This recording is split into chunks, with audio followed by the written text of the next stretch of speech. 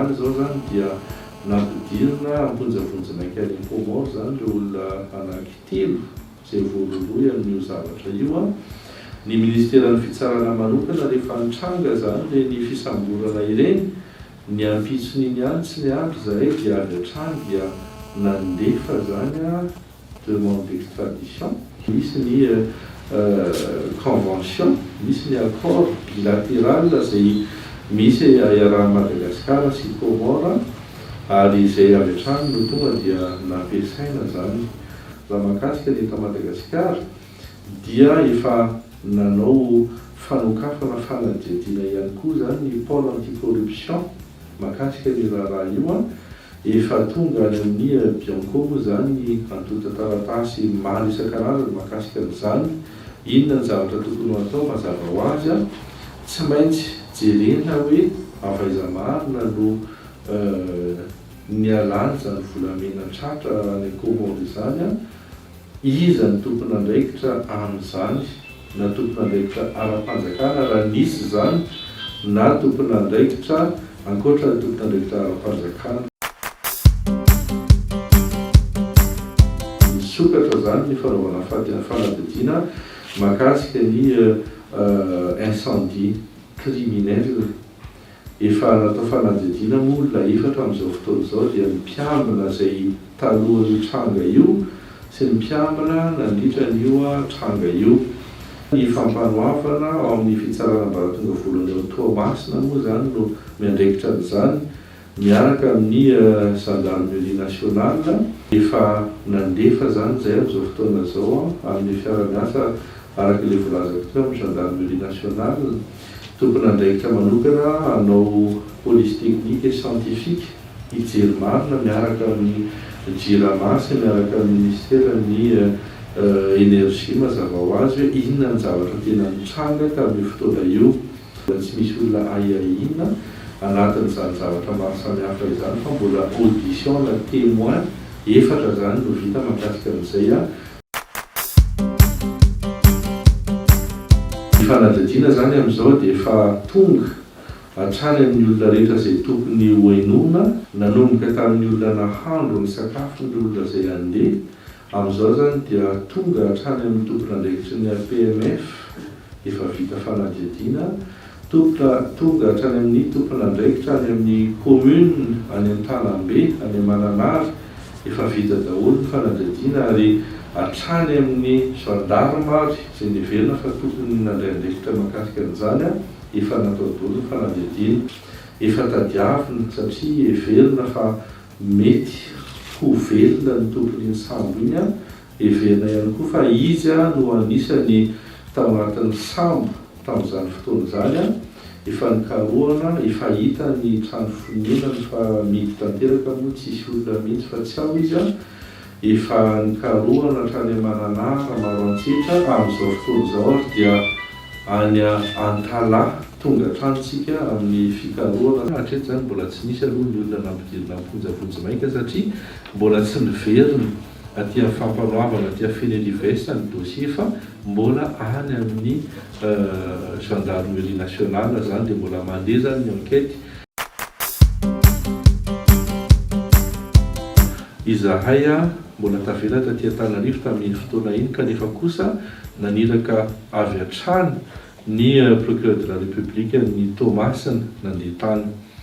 tany izy tamin'ny mbola tsy hita ny sekretera-panjakana manodidina ny gendarmerie dia efa tonga tany izy ary efa hita soma tsara moa ny général de corps d'armée Serge Velay dia efa tany izy ary efa niona taminy efa nifampiresaka taminy ary efa misy moa zany ny fanokafana fanadihadiana mahakasika an'izay. Hitantsika angamba fa nisy ny ezaka goavana izay nikarohana na ireo olona namony ainy na indrindrandrindra koa nampakarana n'ilay angidimby avy any anatin'ny ranomasina dia mino fa tsy maintsy ho isy aloha ny fanaovana ny enquête ara-miaramila mahakasika an'izay satria dia tena spesifika be ireny zavatra ireny fa ny fampanoavana mazava ho azy ihany koa rehefa misy trangan-javatra toy ireny zany dia efa misy zany arak'ilay teneniko taminareo ny fidinan'ny procureur de la République ny Tamatavy avy hatrany tamin'ny Mangirandrantsy tamin'ny fotoana iny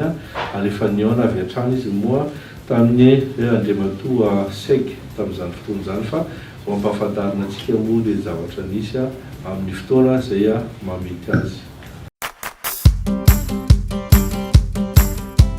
Mbola mandeha ny procédure dia hatreto aloha zany dia ny tanana amponja vonjimaiky ao Bena izy amin'izao fotoana izao. Zany efa nanomboka tamin'ireny fotoana ny samborana azy ary fotoana kely andro fitsiorinan'izay no nampidirina amponja vonjimaiky izy izay dia mifandray mivantana ihany koa amin'ireo autorité judiciaire béninoise mahakasika an'izay satria arak'ilay voalaza teo dia tsy maintsy mbola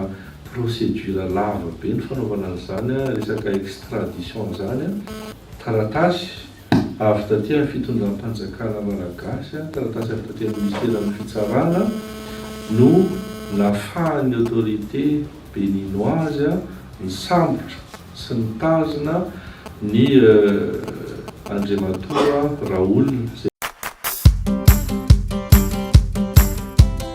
Efa nisy moa ny fifampiresahana, nisy ny fifandaminana maro isan-karazany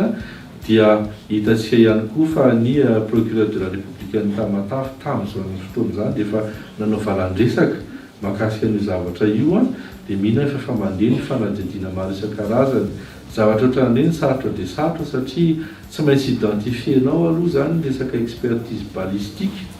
hoe inona marina bala vaiza etsetratsetra. Tsy maintsy jerenao ihany koa zany ny trajectoire ny balina hoe avy taiza marina moa zany ny bala natonga an'ireny zavatra ireny. Maro mila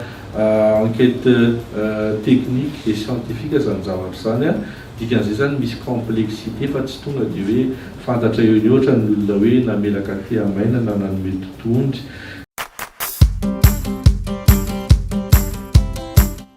Ny fanaovana ny investigation, fanaovana ny enquête tsy afaka miteny foana antsika hoe blocage satria indraindray izy rehefa crime international dia rahantsika mahafantatra zany fa tsy maintsy mbola misy ny investigation sur le plan international. Le olona en fuite mbola tadiavina hoe aiza marina hono tena misy azy eto amin'izao tontolo izao dia zavatra ohatran'ireny zany mila fotoana ela eo aloha ny fiara-miasantsika amin'ny Interpol mazava ho azy satria tsika manana olona misy bureau central Interpol eto Madagasikara. Eo ihany koa ny fiara-miasantsika amin'ireny organisation internationale maro samihafa ireny dia ireny ny ahafahantsika mikaroka ny marina sy misambotra amin'ireny olona ireny fa zay le voalaza teo en fuite izy dia mazava ho azy zany fa mbola karohana ary zay no mahatonga an'ilay dossier mbola tsy bouclé tsy blocage le izy fa tena tianay ho tsaraina eto Madagasikara ny olona rehetra izay heverina fa ho voakasika izay raha izay dia raha hitany amin'ny firenena hafa izy dia mangataka izay ny samborana azy sy hamerenana azy eto Madagasikara. Rehefa voasambotra izy any amin'ilay firenena hafa dia mangataka ihany koa izay ny hamerenana azy eto ho tsaraina ihany koa mahakasika ny raharaha izay heverina fa mahakasika azy eto Madagasikara. Ny bande organisée ohatran'ireny ihany koa dia efa manana ramification izy manana complicité izy dia anjarantsika fitondram-panjakana malagasy zany no mampiseho ihany koa ny traikefa sy ny fahaizantsika miara-miasa amin'ireny firenena maro isan-karazany ireny mba ahafahana zany mitsara an'ireny olona ireny fa indrindra ihany koa mamerina an'ireny harem-pirenena ireny.